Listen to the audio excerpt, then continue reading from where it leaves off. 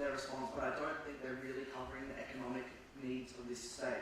Instead of investigating why it wasn't detected, we need to work on fixing this issue immediately so nobody else dies. Now, firstly, sadly, people are still going to drink the water.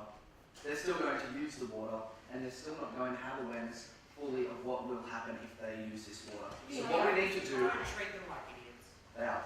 What we need to do... we need to get the emergency health services to ship all non-critical patients to other states to free up room in our hospitals.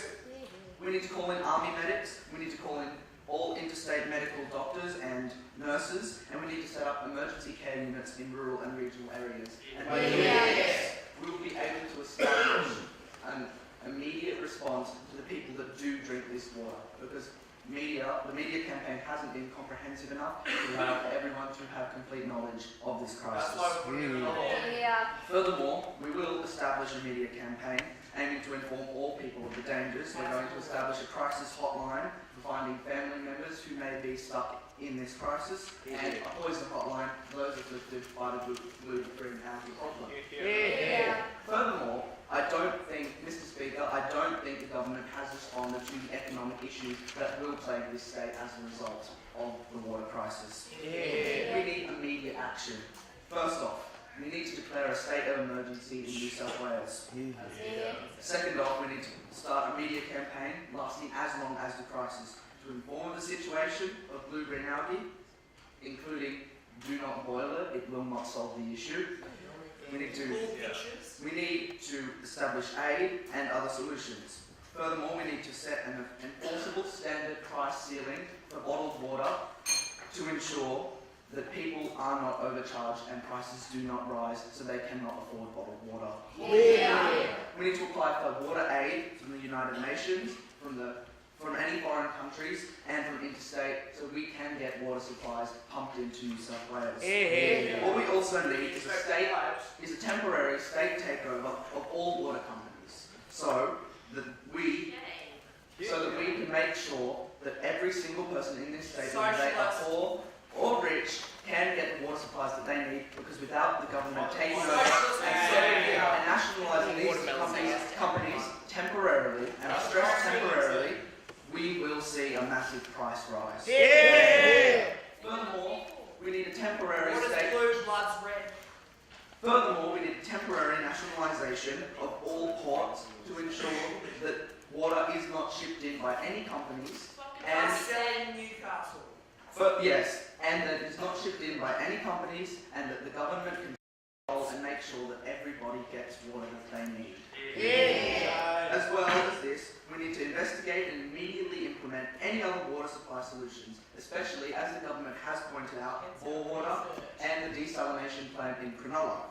As well as this, we need to investigate water distribution methods, because it's really not effective if we say we have the water, but we don't know how to get it to people. So what we need to do is we need to take over all the milk tankers, all the water, all the transport tankers, and send it out to rural and regional areas that may not have water.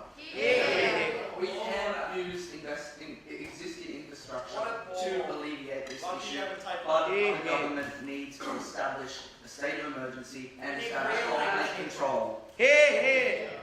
And in the next 6 weeks, we need to provide financial aid to counteract the rapid inflation, especially of food, that will result. We need a stimulus package, and we need subsidies for every single member of the state. Now, I think the government's response to how they're going to clean the water is extremely effective. In the short term, we need to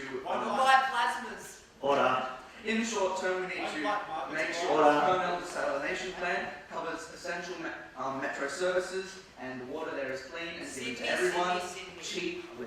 And I stress cheaply, because the government hasn't responded to what will eventually result, which is a massive rise in prices.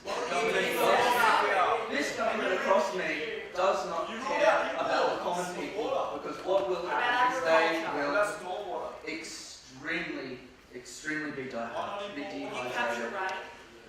Also, port cities will need to be supplied by the Royal Australian Navy, as per protocol developed post-Queensland flooding to ensure the water supply for port cities supplied by the Royal Australian Navy will bring water to people. And small ADF desalinators will be used for hospitals and other essential services along the lines of the crisis a few years ago in the country of Tuvalu, which had no water whatsoever. How many speakers does that house?